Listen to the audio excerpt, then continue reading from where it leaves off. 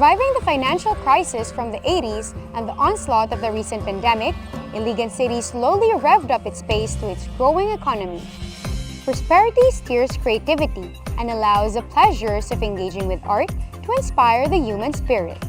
Because our artists produce uplifting experiences, to support them is to sustain inspiring our spirits. Sharing economic prosperity with our artists and cultural workers, we ensure the dynamism of our creativity that defines the treasures of our culture in the country.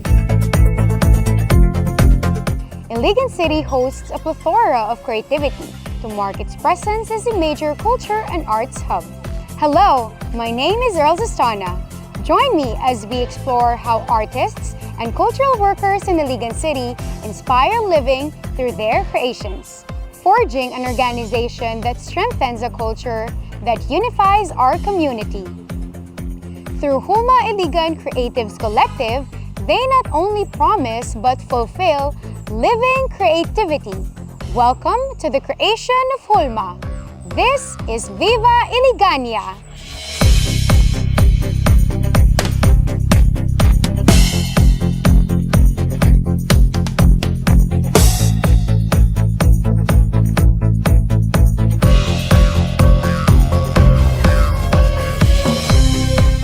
Amidst modern living, Iligan's culture is sustained by its artists who have kept the values alive through the generations.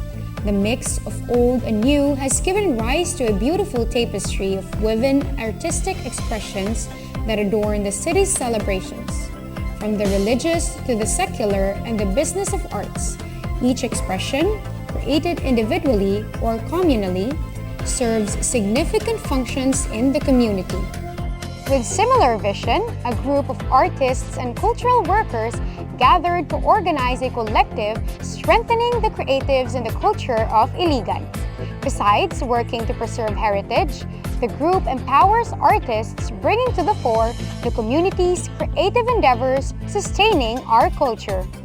Aptly called Hulma or mold in English, the collective brought together visual, performing, and traditional artists, advocates of culture, and academicians. Napurma ang Hulma because we feel artists can be effective agents for social transformation. We want to unite the voice of the artists because, you see, artists are the torch bearers of society. In their works, we can see the soul of the community that the artist is in. We are in a state of transition. We do have a wealth, a treasure of talent, of heritage, a treasure of history, expressions that needs to be brought out. This is the first time that group of artists and cultural workers come together as a group.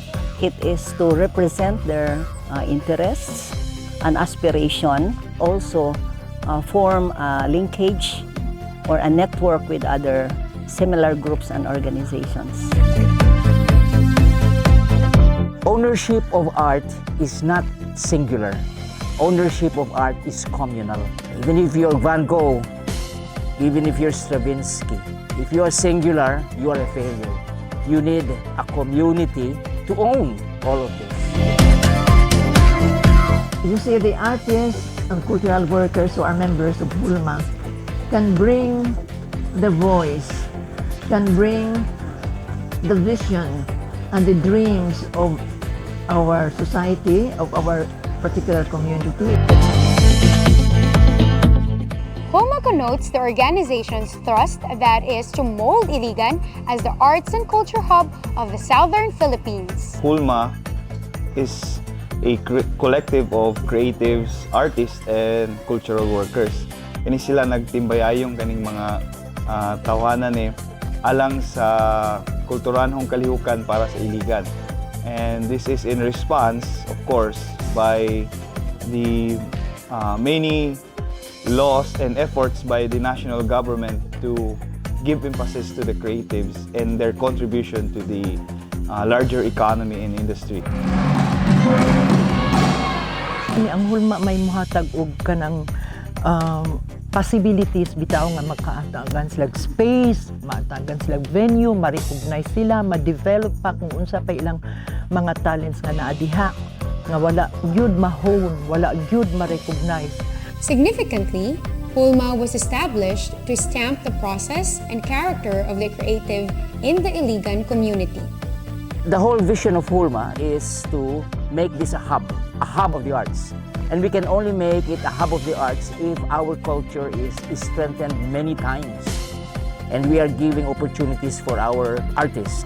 These treasures out to share because beyond that, we get into a lot of things like one, not only good image, not only the strengthening of life, but livelihood. Very important. Ultimate bottom line is actually survival. And the expression and manifestation of any culture is its expressions, which we call art.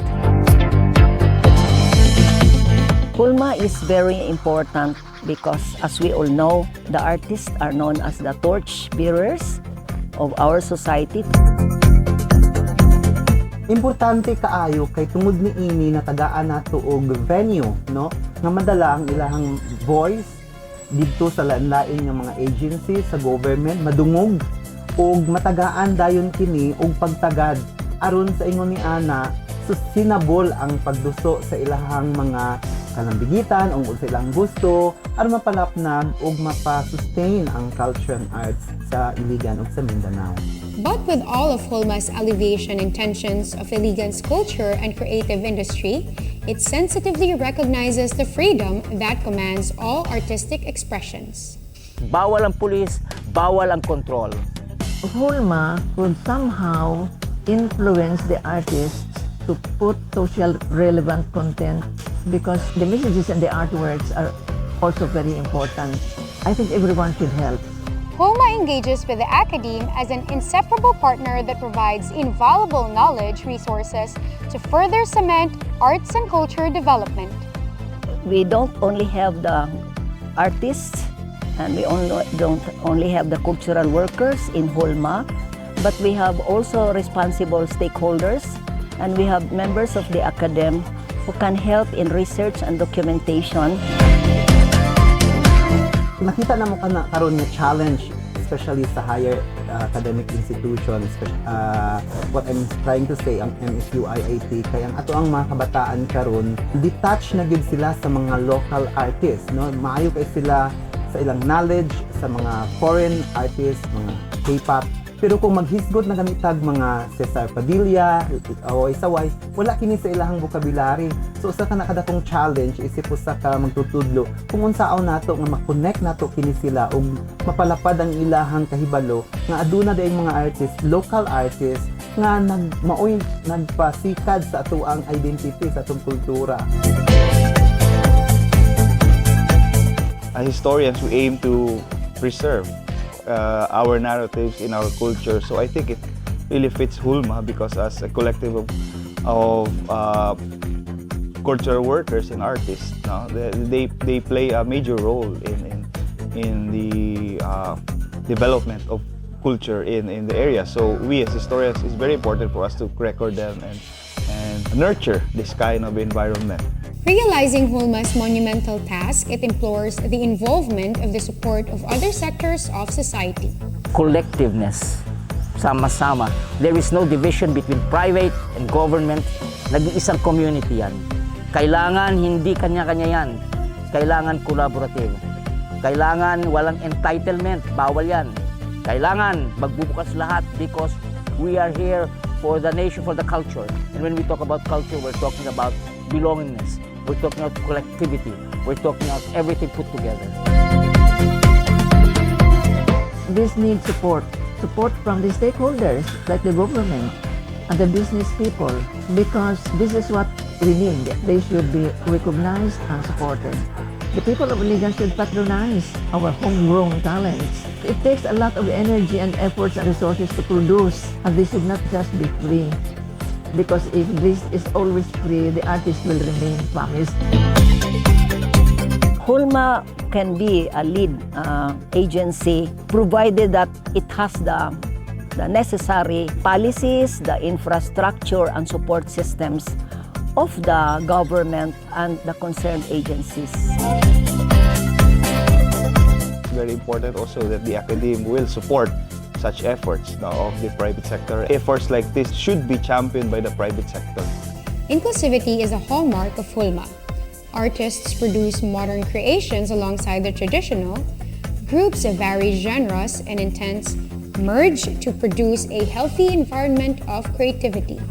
Dako ka inig abang ning Hulma para kaning the culture of the tribe, unique culture of the tribe people of Iligan can be seen by the world and recognized by the world as such. Currently, Hulma has produced numerous undertakings in collaboration with private and government institutions. Among these, the Departments of Trade and Industry, as well as the local government of Iligan. Even in its birthing stage, Hulma has already exhibited its vigor in pursuing its goal of molding and unifying the artistic, economic, and sustainability goals of the artists and cultural workers of Iligan. Indeed, the planted seed has taken root that holds the promise of bringing Iligan's arts and culture to the fore. Talagang hopeful tayo. I see Hulma disordering erratic orders in the community. In the same manners that, well, people like the postmodernists, for example, or people, the realists that destroyed romanticism, the romantics that destroyed the medieval thinking, etc. Ganun ang mundo ng sining. I hope nga duyog mo sa amua para sa atong kaning atong dream nga ma-recognize ang mga artists, ma-develop ang atong kultura, ma-recognize ang Iligan as a culturally developed city, and then hopefully ma-achieve nato ang pangandoy sa Iligan City nga mahimong creative city of the Philippines. And we can only do that if we will all work together, contribute what you can as an artist or as a cultural worker.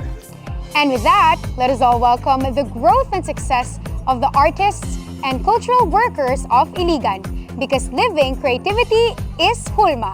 I am Earl Sistana. See you on the next episode of Hulma TV's Viva Iligania!